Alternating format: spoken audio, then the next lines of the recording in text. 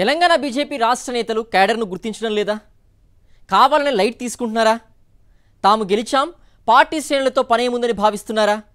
Nominated పోస్టుల విషయంలో Congress BRS ప్రభుత్వాల తరహాలో పార్టీ శ్రేణులకు ఎందుకు అవకాశాలు ఇవ్వడం లేదు? నామినేటెడ్ పోస్టులు ఇవ్వాలని రాష్ట్ర నేతలు అధిష్టానానికి సిఫార్సు చేయడం లేదా? అధిష్టానం ఆలోచన ఏంటి? కేంద్రంలో బీజేపీ మూడోసారి అధికార పగ్గాలు చేపట్టింది. తెలంగాణ నుంచి 8 మంది ఎంపీలు గెలిచారు. 3 టర్ముల్లో తెలంగాణ నుంచి 3కి గవర్నర్ పదవులు దక్కాయి. మాజీ కేంద్ర మంత్రి విద్యాసాగర్ రావుకు తొలి విడతలో గవర్నర్ పదవి దక్కగా, బండారు దత్తాత్రేయకు సెకండ్ ఫేజ్ లో గవర్నర్ గా ఛాన్స్ దక్కింది. ఆ తరువాత మరో సీనియర్ లీడర్ నల్లు ఇంద్రసేనారెడ్డికి గవర్నర్ గా అవకాశం ఇచ్చారు. ఉత్తరప్రదేశ్ నుంచి డాక్టర్ లక్ష్మణ్ కు, ఏపీ నుంచి ఆర్ కృష్ణయ్యకు రాజ్యసభ సభ్యులుగా అవకాశం కల్పించారు. రాష్ట్రపతి కోటాలో విజేంద్ర ప్రసాద్ కు రాజ్యసభ ఛాన్స్ ఇచ్చారు. పేరున్న పెద్ద లీడర్లకు మినహాయించి సెకండ్ క్యాడర్ను ప్రోత్సహించేందుకు బీజేపీ అధినాయకత్వం అవకాశాలు కల్పించలేకపోతోందని పార్టీలో గుసగుసలు వినిపిస్తున్నాయి. దేశవ్యాప్తంగా 15,000 నామినేటెడ్ పోస్టులు ఉన్నా చాలా వరకు పెండింగ్ లోనే ఉన్నాయనే విమర్శలు ఉన్నాయి.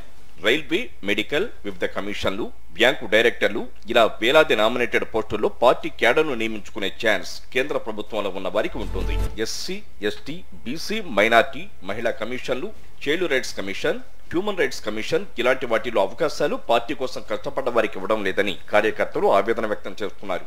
గతంలో బీఆర్ఎస్ పార్టీ తమ ప్రభుత్వంలో తెలంగాణలో 84 మంది కార్యకర్తలను వివిధ కార్పొరేషన్ల చైర్మన్లుగా నియమించుకుంది.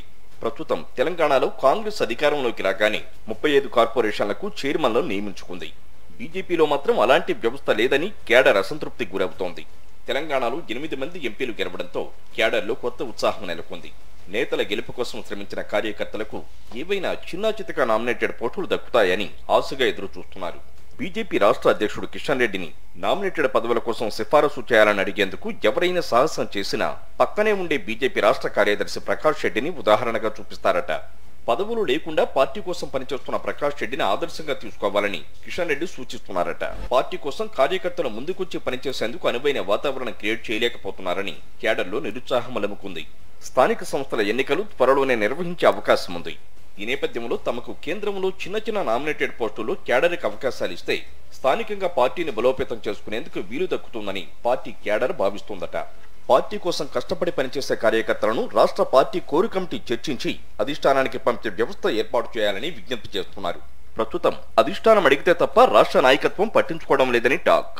ప్రభుత్వానికి పార్టీకి మధ్య సమన్వయం చేసే వ్యవస్థ నిర్మాణం చేస్తే బాగుంటుందని పార్టీలో పలువురు చర్చించుకుంటున్నారు. బీజేపీ తెలంగాణ ఎంపీలు అధిష్టానంపై ఒత్తిడి చేసి తమ గెలుపునకు కష్టపడ్డ కార్యకర్తలకు పదవులు ఇప్పిస్తారు, వదిలేస్తారో చూడాలి.